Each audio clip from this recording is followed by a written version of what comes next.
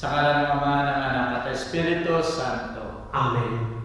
Ipinagdiriwang natin ngayon ang kapistahan ng pagbibinyag sa ating Panginoong Jesucristo. At dahil siya bininyagan, tayo rin ay mga binyagan. Kaya tayo lahat ay magkakapatid kay Kristo. Sumayin niyo ang Panginoon. At sumayin rin. Ang pagbasa sa mabuting balita ayon kay San Mateo. Luwalhati sa iyo, Panginoon. Noong panahon yun, si Jesus ay dumating sa Jordan mula sa Galilea at lumapit kay Juan upang pabinyag. Sinansala siya ni Juan na ang wika, "Ako po ang dapat binyagan ninyo, at kayo pa ang lumalapit sa akin?" Ngunit tinugon siya ni Jesus, "Hayaan mo itong mangyari ngayon, sapagkat ito ang nararapat natin gawin upang matupad ang kalooban ng Diyos." At pumayag si Juan.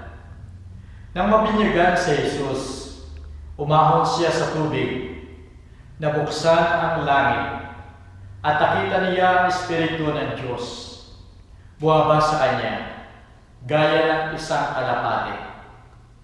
At isang tinig mula sa langit ang nagsabi, "Ito ang minamahal kong anak, na lubos kong kinalulugdan."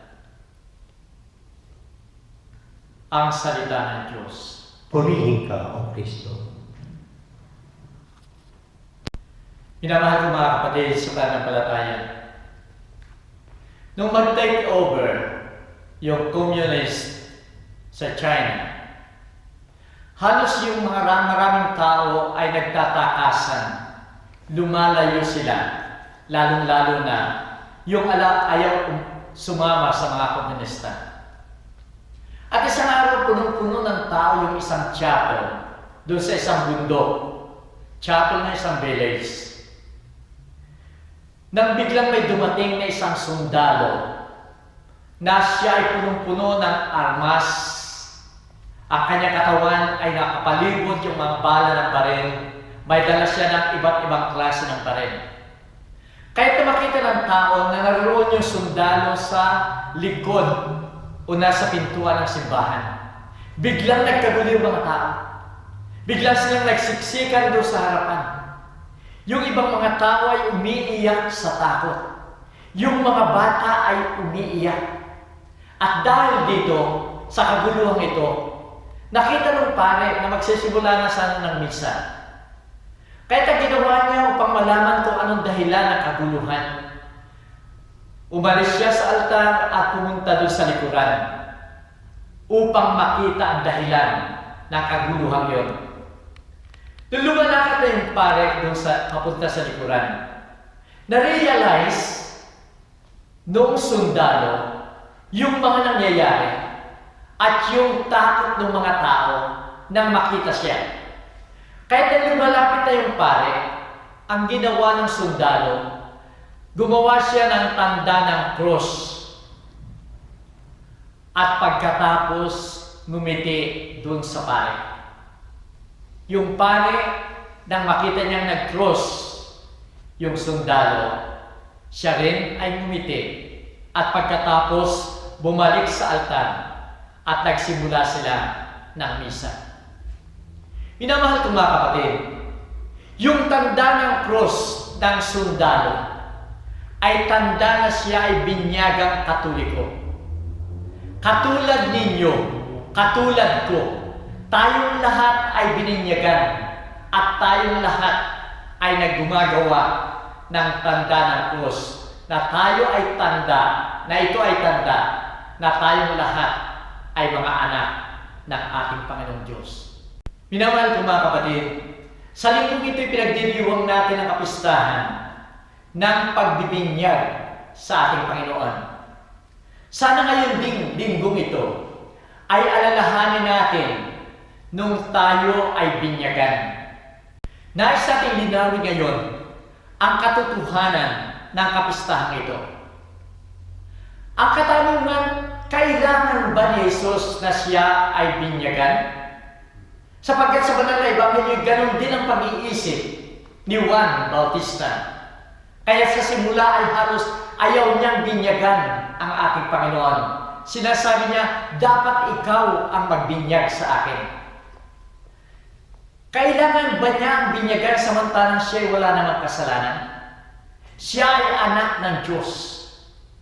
Pero ang katotohanan, minamahal ko mga kapatid, yung pagbibinyag kay Jesus ay nangangahulugan na tinatanggap niya ang kautusan ng pagsunod sa kalooban ng kanyang Ama, ng buong kababaang loob sa pamagitan na siya nagpabinyag kay Juan Bautista.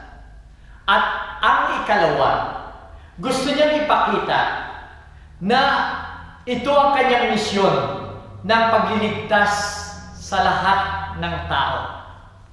Kaya nga't yung tubig ng pagbibinyag ay siya ring tubig na magbibigay sa atin ng kalinisan sa ating mga kasalanan. At ito ang magiging daan ng biyaya natin na nanggagaling sa ating Diyos Ama. Siya ang naunang binyagan at dapat lamang na tayong lahat ay sumunod sa Kanya bilang ating Panginoon na tumanggap din ng iisang binyag. Ito rin ang sinasabi niya kay Nicodemus, hindi kayo makakapasok sa kaharian ng Diyos kung hindi kayo pabibinyag sa pamagitan ng tubig at Espiritu Santo. At nang siya pagkatapos siyang muling mabuhay, bago siya umakyat sa kalangitan, ay sinabi niya sa kanyang mga alagad, humayo kayo sa lahat ng bansa, gawin ninyong mga alagad sila, at binyagan ninyo sila sa ngalan ng Ama, ng Anak, at ng Espiritu Santo. At tupdin nila ang lahat ng ipinag-uutos ko. Sa pag-aalala natin sa ating binyag, dapat lamang na mapuspos tayo ng kaligayahan sapagkat binigyan tayo ng napakalaking biyaya ng ating Panginoon. At dahil dito, tayo ay napuspos ng Espiritu Santo. At dahil tayo ay napuspos ng Espiritu niyan, siya ay nananahan sa atin.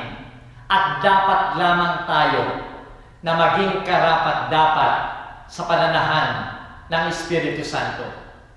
Sa banal na Ebanghelyo ay napakaliwanag.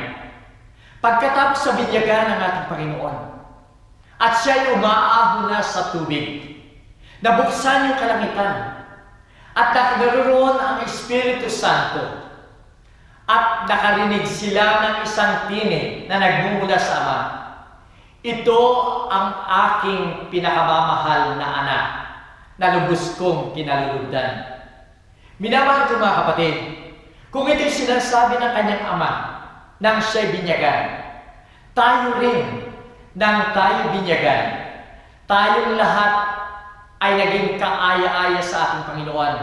At doon din ay sinasabi ng Ama, ito ang minamahal kong anak na lubos kong kinalulugdan.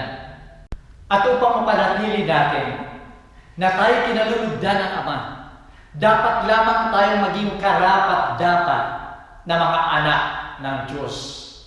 Dapat tayong sumunod sa Kanyang kautusan. Dapat yung mga turo niya, lalong-lalo na yung turo ng pagmamahal, ay maipadama natin sa ating kapwa. Sapagkat sinasabi niya ang isang kautusan ay magmahalan kayo, katulad ng pagmamahal ko sa inyo. Makikilala ng lahat na kayo ay magkakapatid kung kayo ay nagmamahalan sa bawat isa. Ito rin ay nagbibigay sa atin ng misyon na kung ang halimbawa ng sundalong yon, nang siya ay magtanda ng krus, ay naipakita niya yung pagmamahal sa kapwa, paggalang sa karapatan at kapayapaan ng kapwa. Gayon din dapat tayo. Yun ang maipakita natin at mai-share natin sa ating kapwa-tao. Tayo rin ay maging daan upang ang lahat ng magkakapatid sa ating Panginoon ay magkaroon ng pagkakaisa, sapagkat dito lamang natin makikita na tayo nga ay karapat-dapat sa ating Panginoon at kaaya-aya sa ating Ama. Ang binyag ay napakadakila at napaka-importante, banal na regalo ng Diyos para sa atin. Sapagkat sa binyag tayo tinataas ng ating Panginoon bilang Kanyang mga anak. At ito ang ating karangalan, ito ang ating dignity. Kaya kung ito ang ating karangalan, dapat tayong manatili sa karangalan yan. At ito'y magagawa natin kung ang buong buhay natin ay dapat matungo sa kabanalan sa pamamagitan ng pagsunod sa kautusan ng ating Panginoon. Tayo rin ay dapat maging daan ng pagkakaisa upang ang sinasabing kaharian ng ating Panginoon dito sa lupa, ang ating simbahan, ay magkaroon ng pagkakaisa, pagmamahalan, at pagtutulungan. Minamahal ko mga kapatid, sana ang ating pagdiriwang ngayon ay magbigay sa atin ng lakas. Sana yung pag-alaala natin ng ang ating Panginoon ay nasa atin, na nagsasabing tayo Kanyang minamahal. At lagi natin damhin na ang Espiritong yan nang bumaba sa atin ng tayo binyagan, na nananatili sa ating buhay, ay lagi nating madama upang siya maging inspirasyon natin sa lahat nating ginagawa. At tayo nga ay makapabuhay bilang mga anak ng Diyos. Sumayin niyo ang Panginoon. At sumayin niyo rin. Pinamahal ko mga kapatid, tayong lahat ay binyagan na anak ng Diyos. Ipakita natin ito sa pamamagitan ng pagsamba natin sa Kanya. At ipakita rin natin sa pamamagitan ng pagmamahal sa ating kapwa. At naway pagpalain kayo ng mga kapangyarihang Diyos, Ama, Anak, at Espiritu Santo. Amen. Kumain tayo mamaya. Salamat sa Diyos.